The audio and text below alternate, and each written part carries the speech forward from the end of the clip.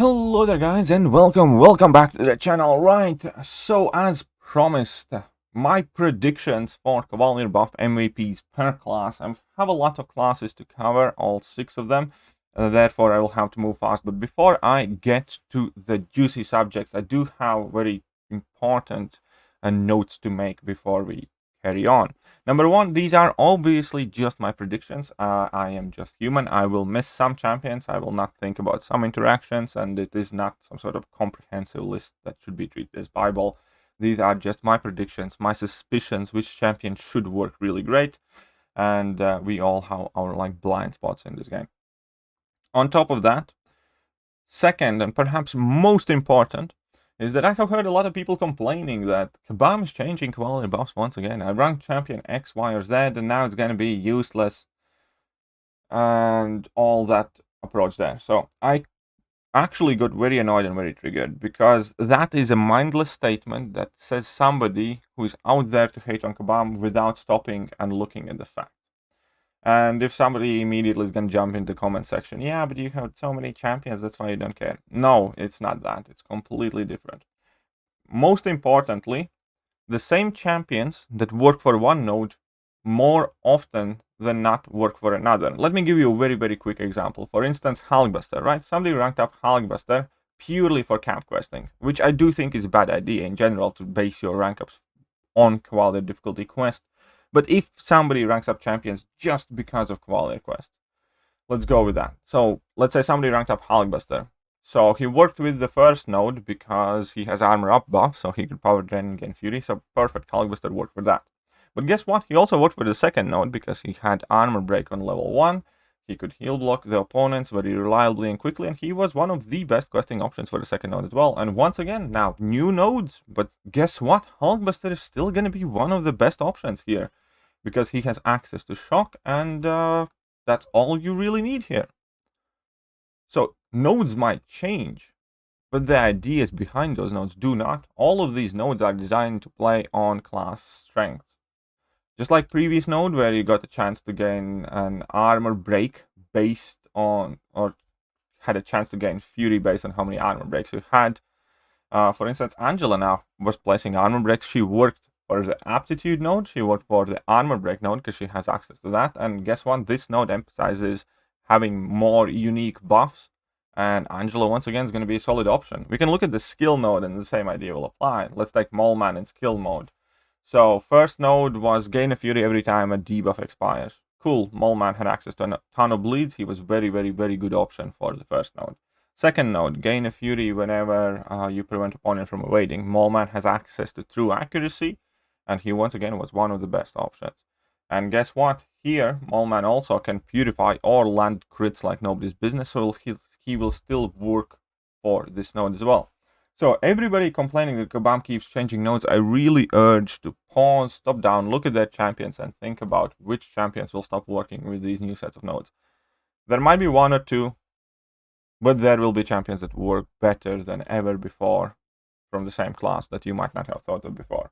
And this is much, much better situation where Kabam keeps changing these nodes, keeps the content fresh, keeps it interesting and entertaining, and that is showing Cavalier difficulty quest is one of the better contents month by month that's coming out, because yeah, you get some fun big yellow numbers, there is consistently node changes, and you can try out new interactions and new strategies. I like that a lot. And second of all, when they keep doing this, because all of these nodes are designed to play on class archetype strengths, they're not pulled out of their ass. All of them are designed to work on most common abilities in each and every single class. And that means that every champion is not going to work for every single node, but most of the champions in specific class will work most of the time, which is exactly where you want to be at. That being said, let's quickly move on to the Cosmic. So, as I already started explaining, the base core idea is that you want to have either your own vigilance buff, which will make bypassing miss even easier, or you want to have as many unique buffs active as possible. If you can get true strike, true sense, or true accuracy somewhere in there, it's even better, because that will extend the duration of your vigilance. However, the most important thing is that it triggers in the first place, and that can be helped with having as many buffs as possible. So let's go to Aunt May and let me point out a couple of champions. So first of all, we have Angela. Angela can easily get 3, 4, 5 unique buffs by herself. Therefore, she's going to have thereabouts 40-50% chance per hit to trigger that vigilance, and she's definitely going to be a solid option. And also Venom is another champion that can easily go with 3, 4, 5, 6 unique buffs, and basically every other hit will let you get that vigilance, stack it or refresh it or whatever happens with it. So Angela and Venom are definite options that seem to be very great. However, I do personally suspect that Cosmic Ghost Rider is going to steal the show because he has very long-lasting personal vigilance buff that you can guaranteed access just by finishing a combo with a medium. And typically that is the first buff that you go for. You might want to switch up the rotation slight amount in order to extend its duration. But I have a feeling that Cosmic Ghost Rider is going to be the absolute ghost for this quest in particular. And besides Cosmic Ghost Rider, I definitely need to point out Silver Surfer as well, who has access and sustainable access to his vigilance while level 1s also. And he also can gain 4, 5 different buffs at any given time, which is obviously superbly helpful in order to gain the vigilance from the node. The last thing to mention definitely is Odin himself, because Odin has access to True Strike and a ton of buffs, so he as a champion will be very good for these nodes, but that's not all.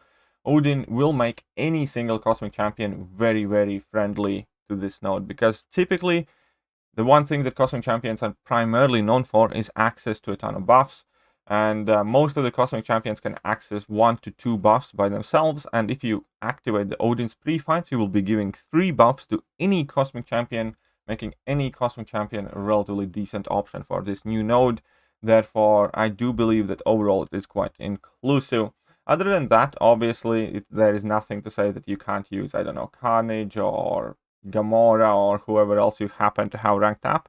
And especially if you have like a 4 or 3-star Odin, you can just tag him along, slap those pre-fights on Hyperion. Hyperion's still gonna slap everything and everyone in his way, for example. Right, let's move on to the next class. The next class is Skill. Now, Skill class I don't particularly like because of this line here once again, so you're going to be passively heal blocked. I understand why they did it, because you're going to be getting a lot of debuffs placed on you, and otherwise you could just heal via willpower a ton, but it is narrowing down the options if you use Liquid Courage and Double Edge Masteries, and I absolutely hate that. So every 5 critical hits, you can purify something, so Crossbones is not going to have too good of a time landing crits, but there is that. But in general, each time a skill attacker is immune to a debuff or purifies a debuff, gain a fury. So that is what you want to do. You want to either use champions that purify a ton of stuff, or is able to land a ton of crits. If we're going to take a look at skill class, honestly, there are too many champions to name that could potentially work extremely well with that. Like we have Aegon, OG Black Panther, Crossbones, Elsa, Falcon, not Falcon, sorry, Elsa, Hitmonkey, Jabari Panther, just so many. That's why for this class and this class only, I'm going to focus on champions that will still be good with Liquid Courage and Double Edge, because it is kind of a deal breaker and you need to know exactly what you're doing. And if you are running Liquid Courage and Double Edge, Shang-Chi is going to be definitely one of the standouts, because you can purify and then gain these cleanse passives, and then you're going to not have to worry about purifying too much in the future either. And you're going to be able to gain a lot of crits as well. So he seems pretty much perfectly suited for that node, as suspicious as that might be, but let's chalk it up to a coincidence. Maulman is going to be another great option, because he can purify Liquid Courage Double Edge debuffs at start of the fight, so long as you're not fighting against a mutant champion. And after that, you're going to be landing as many crits as Heart desires, and there ain't going to be too many problems. Besides that, we have Ronin, who also can get rid of damage over time debuffs, therefore you can run him with Liquid Courage Double Edge, definitely worth shout out. Same as Kingpin. Kingpin, I suspect, is going to be a great option for these nodes as well. Even though he doesn't crit as much, his purification abilities are extremely potent, and even if you do miss a debuff, then once you reach 8 debuffs total, including your rages, he's just going to purify everything anyways. And last champion that definitely deserves a shout would be Hitmonkey. And even OG Black Panther could potentially put in some work.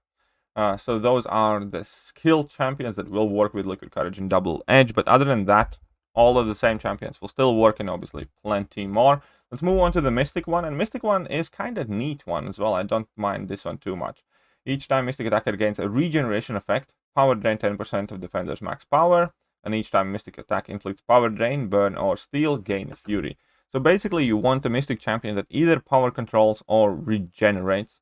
And there are, well, fair amount. It's not the biggest one, but luckily for everybody, all our top 3 Mystics can benefit from that node. Dr. Doom, just drop level 1 and spam your light hits. You're going to be power draining or stealing.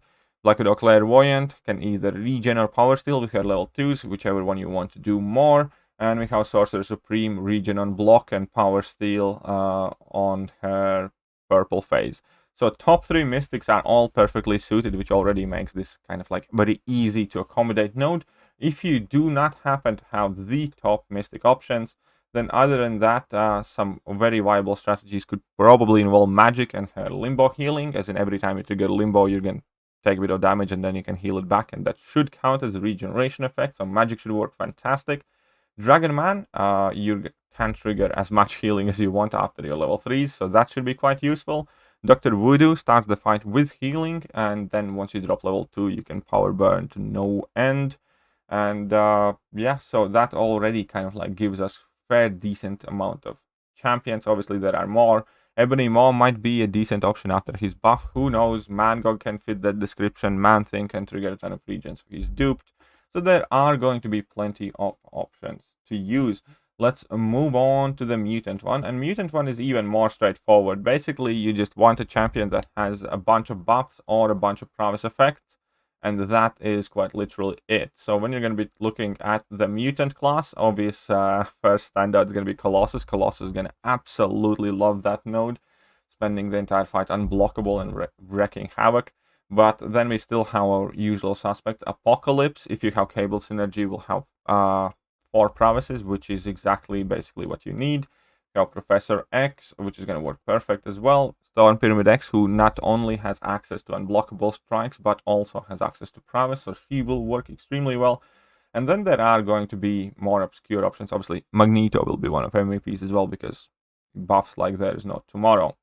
Right, then some lesser sung heroes, I suppose, in case you are trying to scrape the bottom of the barrel.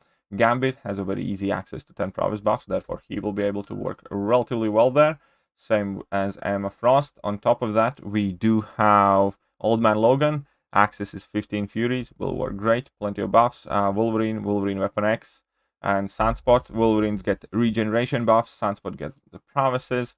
So as you can see, there will be more than enough options. Jubilee actually looks like a very suitable champion. I will probably want to mess around with my rank 3 5-star for that node.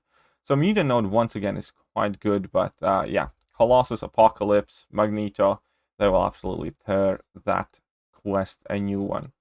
Right, so after mutant, we do have science, and science is arguably the most easier one to fulfill.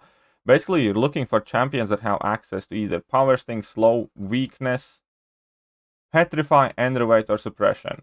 And guess what? It's like about 90% of science class. So pretty much anything. So power stings, we have Yellow Jacket Spider-Ham, obviously, or any champion that any champion if you have Mr. Fantastic synergy, that alone makes every champion a potential option here. So there we go. Power sting access easy. Then we have Petrifies, and that obviously is Void. I think Yellow Jacket has access to Petrify as well. Wasp has access to Petrify.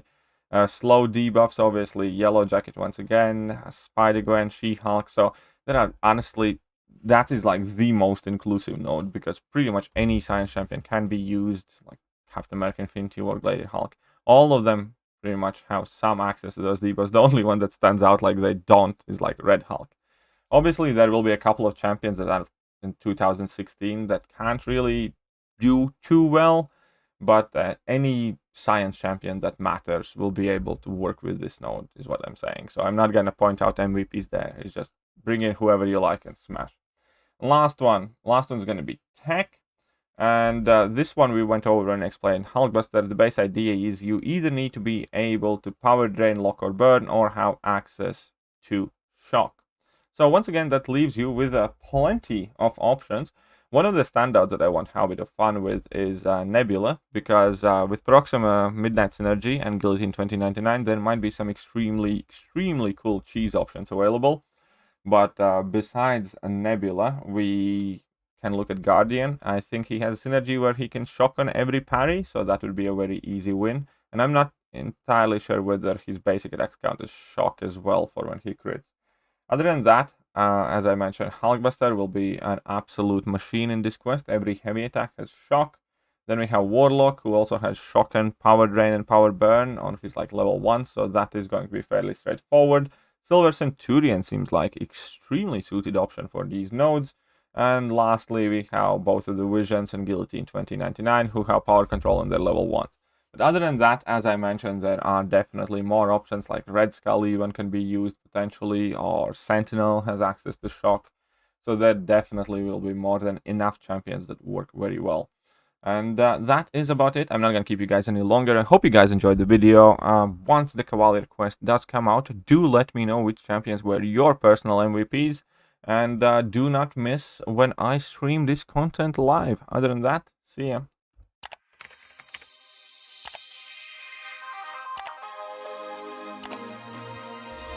Hello there guys, and welcome back to the channel. So we have all the information about